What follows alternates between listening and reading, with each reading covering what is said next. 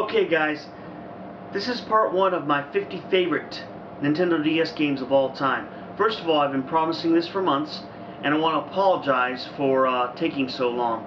Maybe my next project I won't announce it so soon, but anyway, it's going to be a 5-part series, and there are going to be some games on the list that y'all probably won't agree with me, and there are going to be some games that some of you will feel that should be on the list that I just didn't feel belong there, in my personal opinion.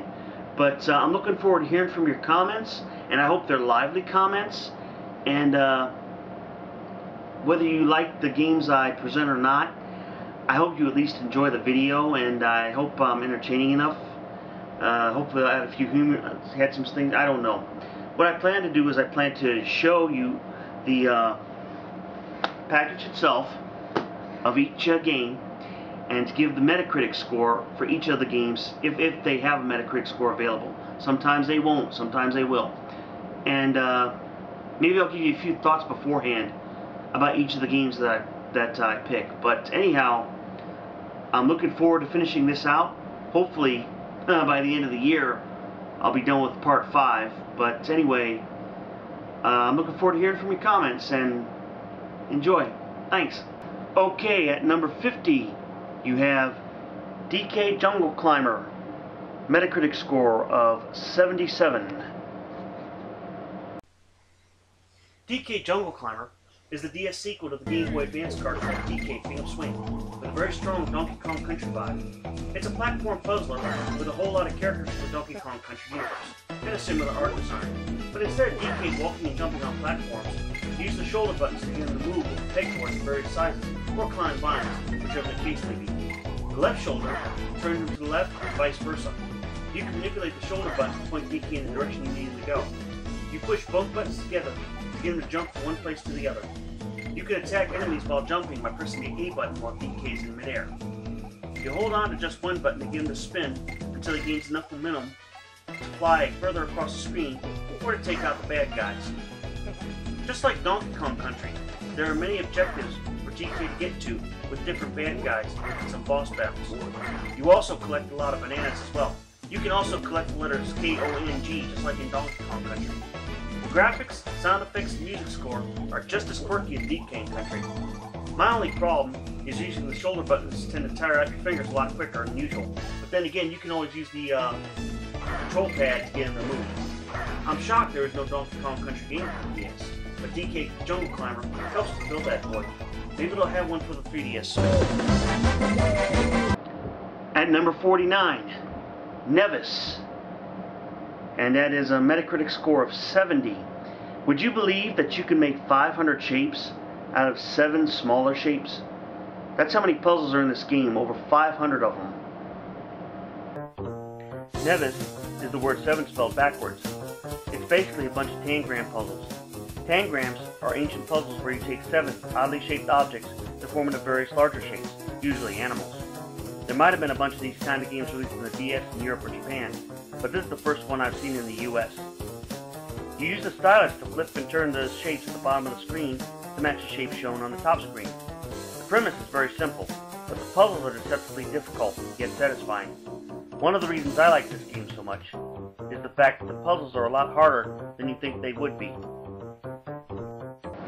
Okay, at number 48, Matchstick. Matchstick revolves around a series of puzzles displaying wooden matches arranged in various shapes. The idea is to move and turn the matches to solve the problems that are presented to the player.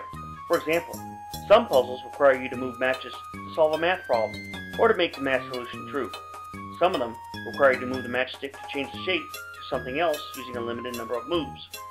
Matchstick type games have been around as long as there have been matches, and probably sticks. And Matchstick is appealing to the old school puzzle fan in me, and harkens to a time when most kids didn't have video games readily available. Okay, at 47, Puzzle Series Volume 11, Nurikabe. You don't need to speak Japanese to figure out how to play it, but there is no Metacritic score whatsoever, so. Puzzle Series Volume 11, Nurikabe, is the title I imported from Japan. I often import puzzle games because you don't usually need to know Japanese to figure out how to play them. Nurikabe is an adaptation of a pen and paper puzzle commonly played in Japan. In fact, this cart was published by Nikoli, a popular Japanese magazine chain. I think they might have published a few magazines here in the States, but I'm not quite sure. The magazine is played on a grid full of cells. Some of them have numbers in them. The idea is to connect some cells, and how you connect them depends on the number in the cell. For example, if a cell has a 2 in it, then that cell and one other cell form a connection, and the cells around them are blacked out. If the cell has a 4, then that cell and 3 other cells form a connection. Connected cells that can't create squares or rectangles, and the connections formed can't be next to or intersect with the others. All of the cells that can't form a connection logically are blacked out. Button controls are easier to use than the stylus. 46. Solitaire Overload Plus. Solitaire Overload is pretty good too, but what makes this better is the fact that it just happens to have more games. Solitaire Overload Plus is the sequel to Solitaire Overload, released a few years before. Both are outstanding game collections, but Solitaire Overload Plus has a couple of hundred extra non-card games like Tangrams and Mahjong. It's a collection of over 200 various card games alone. It's a perfect collection for solitaire fans. 45. Conductra, with a Metacritic score of 60. Beautiful sounding game.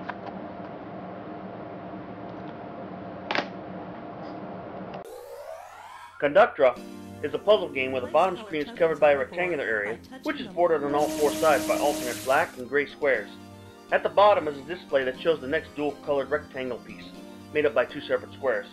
You must place this piece on the screen within a certain amount of time, or the CPU will place it randomly for you, thus helping you to lose the game. You must place the pieces in such a way that they form a path from one part of the border to a part of the border with the same color, either from gray to gray or black to black. Then you have to take your stylus and trace a path from border to border, ensuring you touch each border, which will smash all the squares in the path you trace. There are a couple of modes, like Survival Mode, where the object is to simply keep the screen from filling up, and a Puzzle Mode, where you have to copy and trace the shape on the screen before the screen fills in. This game is rather difficult, but clever and addictive when you figure it out. The game can get frantic really fast, especially when you run out of places to put the bricks. And like other puzzle games that depend on random pieces, you often have to wait too long for the very piece that you need to complete a puzzle, or to clear some of the screen. 44. Geometry Wars Galaxies. It's also got a port of Geometry Wars Retro Evolved from the Xbox 360. Beautiful game. By the way, this has got a Metacritic score of 79. Geometry Wars Galaxies plays just like the Geometry Wars shooters on Xbox Live, and sounds and looks just as good. Instead of using 2 analog sticks, you use the directional pad to move, and the A, B, X, Y buttons to shoot, or rub the stylus across the screen in any direction that you want to fire.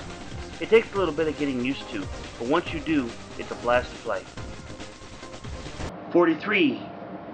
Bejeweled Twist. If you're a Bejeweled fan, you can't go wrong with this. Bejeweled Twist has a Metacritic score of 77. Most of you are familiar with Bejeweled, where you swap 2 jewels to create a vertical or horizontal line of 3 or more jewels to make them disappear.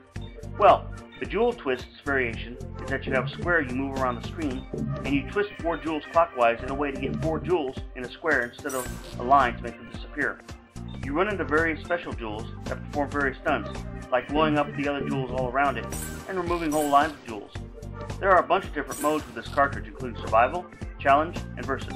If you're a Bejeweled fan, you will definitely love this game.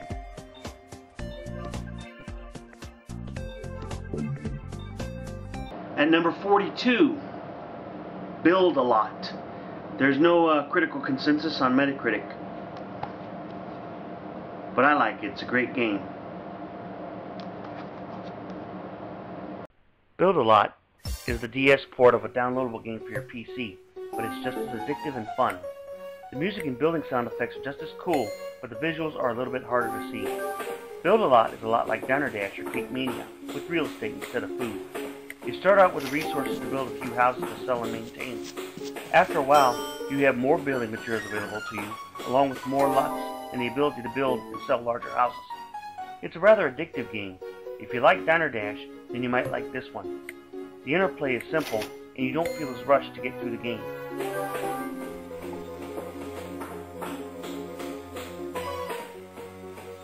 And at number 41, Henry Hatsworth in The Puzzling Adventure, with a Metacritic score of 82. Henry Hatsworth and The Puzzling Adventure is a brilliant mixture of platforming and puzzle, and you have to maintain the balance of the two. On the top screen, you perform as Henry Hatsworth and beat up enemies, but instead of killing them, they fall to the bottom of the screen. On the bottom screen, the enemy transforms into a block, and you have to eliminate blocks, like in the old Tetris Attack or Pokemon Puzzle League games, where you move blocks side to side to get rid of matches of 3. If you don't get rid of the enemy block before he reaches the top, he comes back to the top screen and harasses Henry again. You can also match blocks that heal and give power-ups. After filling up a gauge on the side of the screen, Henry temporarily turns into a giant powerful robot. There is also clothing that you can collect to help Henry to perform different functions. The graphics are cute, and Hatsworth is a charming character, especially during the cutscenes. The game gets really frantic in some areas, and you really have to keep a good eye on that bottom screen while fighting the bad guys on top. I don't care too much for platform games by themselves, but I really enjoy them when they're mixed with a good puzzle element.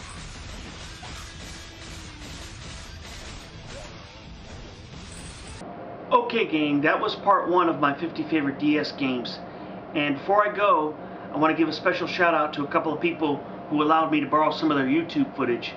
And one of them is Renton Arg, it's spelled R-E-N-T-O-N-A-R-G, and King Arthur Pendragon, K-I-N-G-A-R-T-H-U-R-P-E-N-D-R-A-G-O-N. I'm going to put their links on my description page, or on the description for the video. In the meantime, I welcome your comments. Let me know what I could add, and I'm looking forward to hearing from you. In the meantime, you guys have a great Labor Day weekend, and God bless you. Bye-bye.